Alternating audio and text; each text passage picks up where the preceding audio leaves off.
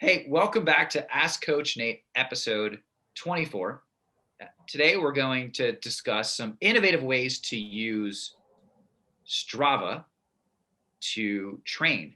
So, Nate, why don't we just start with the Strava basics? I mean, I've used Strava for a long time, and I think it's pretty obvious how to use it to improve your training and get better and monitor your performance. But why don't we start there with just give people the basics to help them understand what we're talking about, and then we'll go into some of the more innovative ideas that we've had. So, I feel like Strava is one of the most useful tools that most cyclists or runners can use to track their training and to help make it better over time.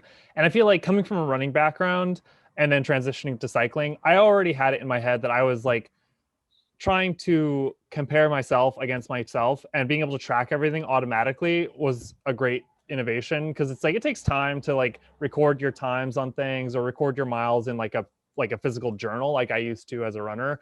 But now that you can just like press start and stop and it automatically records everything on Strava for your runs, your rides, or whatever else, that's amazing. And I feel like just going to a place where you're tracking everything is very useful. And you'll see a lot of cyclists don't do that because of maybe they're concerned about privacy, or they're concerned about people like, I don't know, maybe making judgments about their training. And so they don't track all of their training.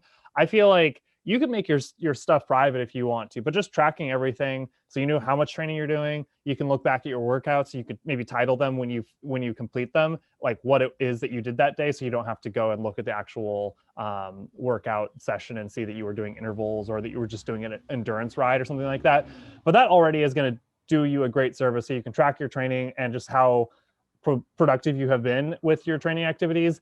And then the first kind of most basic layer on top of that is just keeping track of your times on favorite segments that you have. And your favorite segments don't necessarily have to be the most popular ones around you or the ones that have the fastest times or whatever it is. Like there's some segments that are really competitive around where we live, and it's like, Tunnel and Wildcat and Diablo. Like there's a lot of kind of iconic climbs in the East Bay that like everyone kind of knows their time that's a competitive cyclist. But at the same time, like the fast times on those climbs are pretty ridiculous for most people, and it can be maybe daunting to look at those times. But it's like, who cares if you're 2 minutes or 5 minutes behind the KOM? If you're just tracking that, like it takes you 5 minutes to get up this climb and 20 minutes to get up this other climb, and you see over time that your times are coming down, that can be a great incentive and also a great like feedback that you're training effectively when you see those times coming down.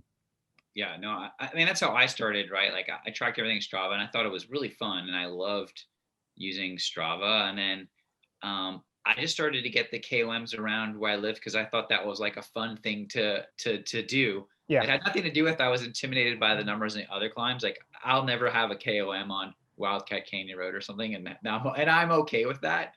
But I thought it'd be fun to just like have all the KOMs that were like close to my house actually like mapped out like the closest ones, and then tried to get all of them. And I think I even made it like a series, like KOM in my hood, number 1, 2, 3, 4. And I had them all at one point. And then the people would come around and they would steal it from you, and you'd steal it back. And like it was fun. Like I had a really good time doing it. And like I said too, that's where you discover like some of the people who do have the KOMs. You see their names all over the place, and they generally those are the people in your area who are great cyclists.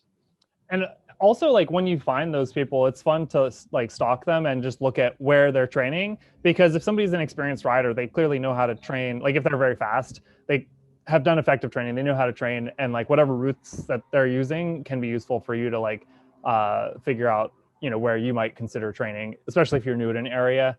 Just look up the fastest times on some of the climbs around you and see what those people are doing. Yeah. Okay. So those I think are pretty obvious. Those are the basics, right? Yeah. Track your time, track everything. Don't have gaps in your training. You want to be able to see like how many miles did you ride in a week, what were average power or heart rate numbers, and that's why I like keeping a library of that stuff is really important. I guess the last piece I had that is important is uh, do the same routes or similar routes because you want to be able to have data over a segment over a period of time. So over like years, it'll be really great to be able to see what your average heart rate was or average power was up certain climb or on certain segments so that you can use that data to understand how your fitness has evolved. Yeah.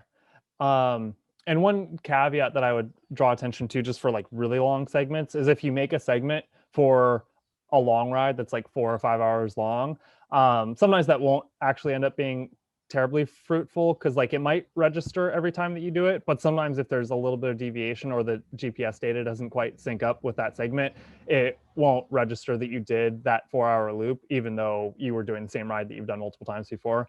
But generally for like segments that are all less than an hour and don't involve a lot of turns, you'll pretty much always be able to register it accurately. All right. And so that brings us to idea number one, creating your own circuit. Yeah. So we before we started this call, Gregory and I were talking about ways that we like to use Strava that are maybe like not often talked about or slightly unconventional. And we both really appreciate the value of creating your own segments that are either like a loop or like a circuit or a route that you do frequently, where you can hopefully eliminate a lot of the noise where you would have undesirable stops or intersections where you have to like slow down a lot. And so if you can come up with like a 10 or 20 mile loop that is mostly not heavily trafficked and mostly or all right turns, that can be a great way to implement repeatable training in a way that is very useful, and you can track kind of your performance over time. And a lot of times, if you are getting into racing or you're trying to improve at that, just your peak power or your PR on a 5 minute climb is a great thing to shoot for.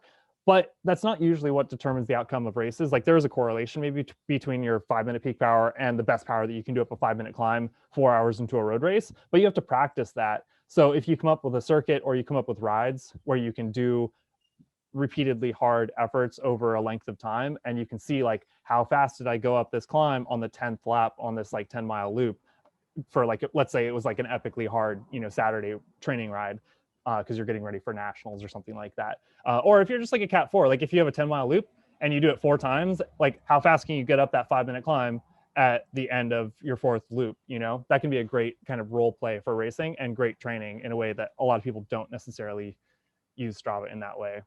Yeah, I like this idea. I think what we talked about earlier was that it emphasizes speed and time, where a lot of the training today emphasizes power, and so people can perhaps become overly focused on optimizing for power and getting a few watts here and a few watts there. Well, really, what matters is getting a few seconds here and a few seconds there.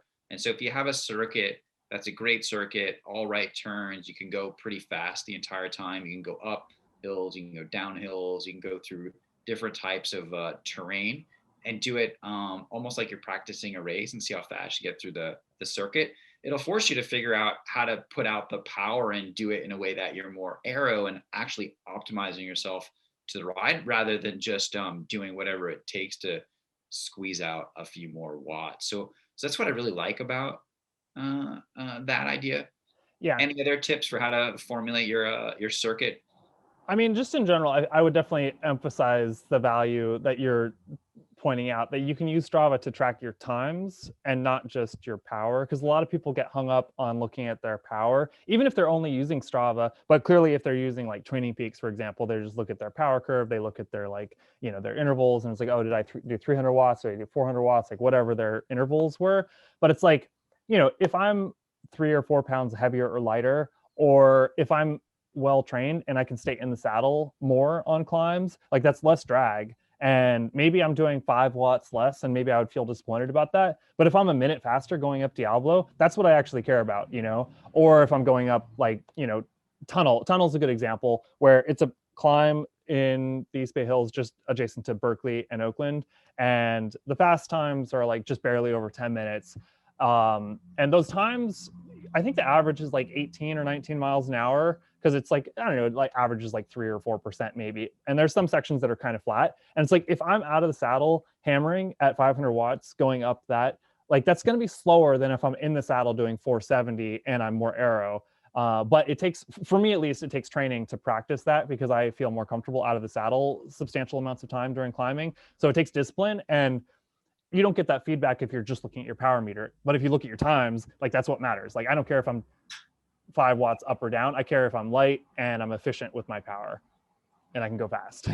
Yeah. All right, so we've talked a lot about the circuit and developing your own circuit. I guess the last piece I would just add is like generally what I've done here is find enough segments that you string together that the circuit's fairly unique to your route or to your ride, and there won't be a lot of other people on the segment, and that way it becomes very easy for you to monitor your time.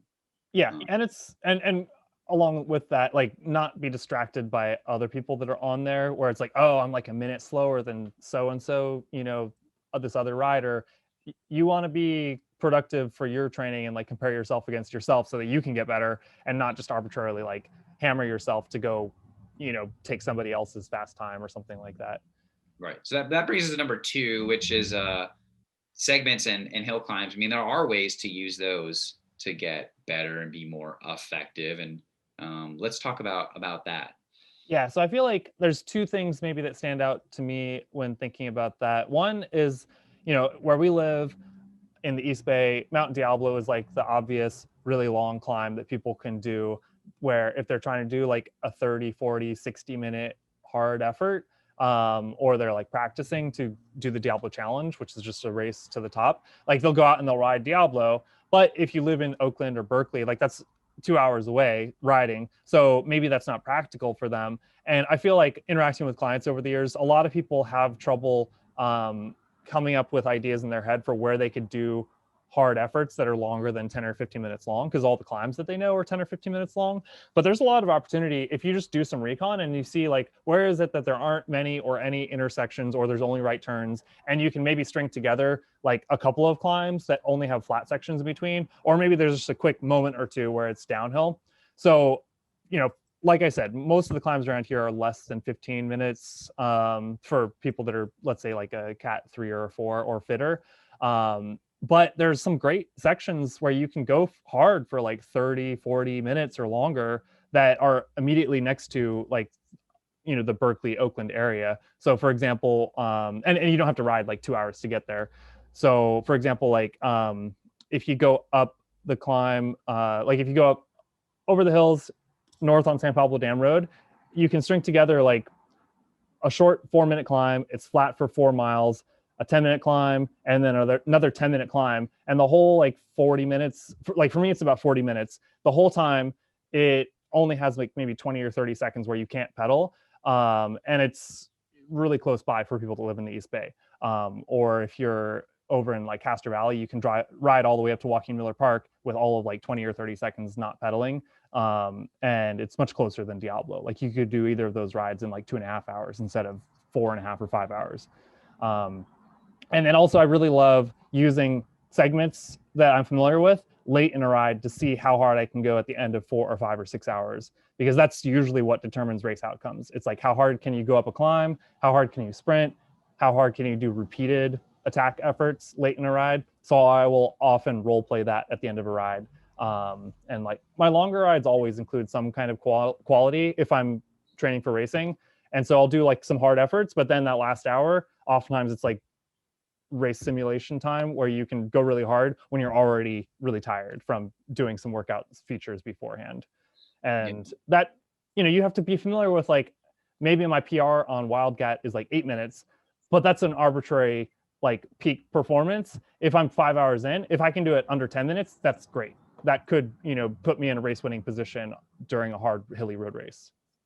Yeah, right. Because I think where I've seen that work or where that's come up about a segment you've done frequently and then using that data late in a ride is to help understand your fitness and your endurance. Because endurance is a weird one that I think is difficult to measure. We understand like what we want out of it, but how do I understand if my endurance is actually better? And Yeah. that's one way that I've looked at it was, hey, I did a certain length of riding, 2 hours, 3 hours, whatever it is. And then what was my average heart rate up like a long segment, and understanding like, was it higher or lower than what I've done in the past, and trying to remember what those rides were to see if my endurance had been improved. And generally the way I thought about it was, if my heart rate wasn't much higher than it was like, doing that climb like a couple years ago, my assumption would be that, hey, my endurance is better. I can go ride for 2 hours and I can get up this climb and I can do it at a same or lower heart rate.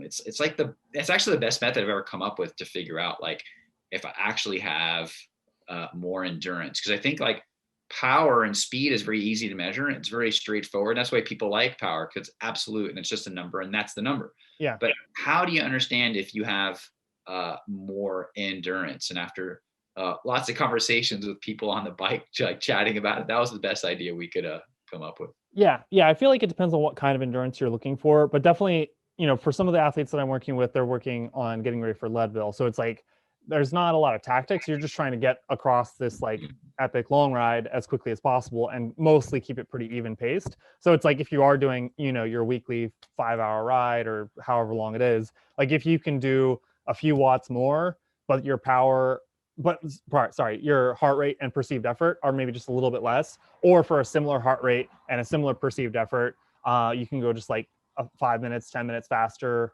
a few watts more. Or if you're at the same power, like if your effort is less and your heart rate is like 5 or 10 beats less than it was a year or two ago, those are all great signs. Or if you are testing yourself on a climb late in a ride, maybe you're going all out because you're a road racer and you're trying to practice that kind of stress on your body. But can you do 300 watts, or can you do like 350 up a climb that's like 5 hours into your ride? Or in the case of somebody like me, like can I do 400 watts or more for a climb that's late in a ride? And that my power and my ability to execute really high end efforts at the end of a hard ride is very useful to know, and not just like could I do this long ride in under 5 hours? Like that's not usually that consequential, because if you're drafting a lot in a road race, getting through the distance is not a big deal, but being able to go really, really hard 4 hours in, 5 hours in, that's what actually matters from like a training and like a physiological standpoint. So there's different types of endurance, like the slow, steady burn. Can you increase your watts by like 5 watts or 10 watts over a few months?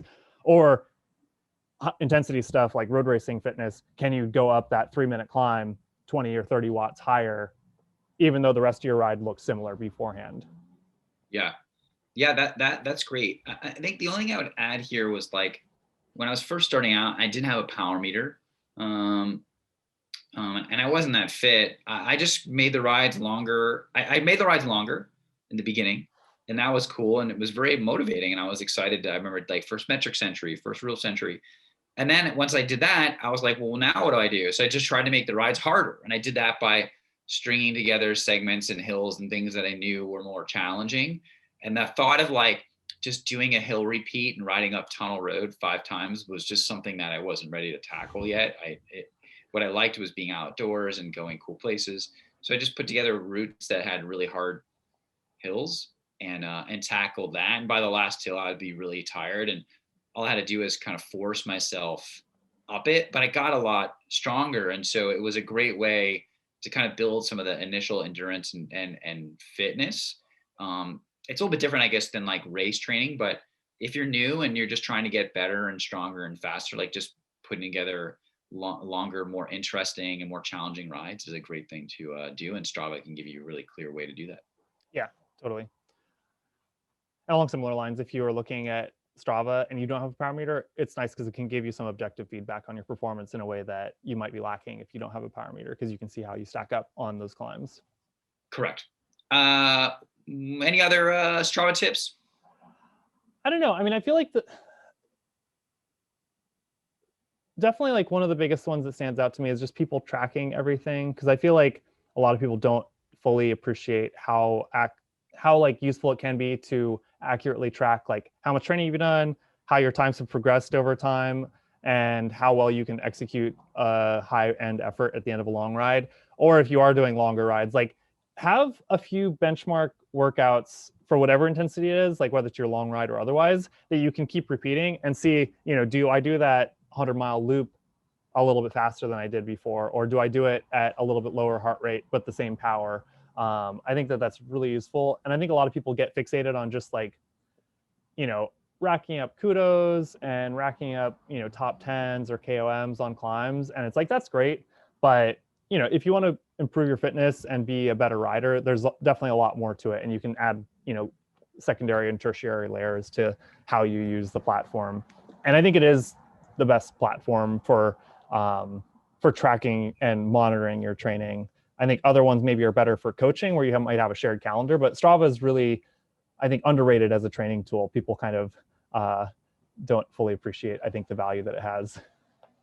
Yeah, no, I agree. Well, hey, anything else you want to add about Strava training or? That's good for now. We could go back to it again later. Maybe the next time one of us sits at KOM, we could highlight that. Absolutely. Well, hey, like this video, subscribe to the channel, and we'll see you back next week. Take care. Bye.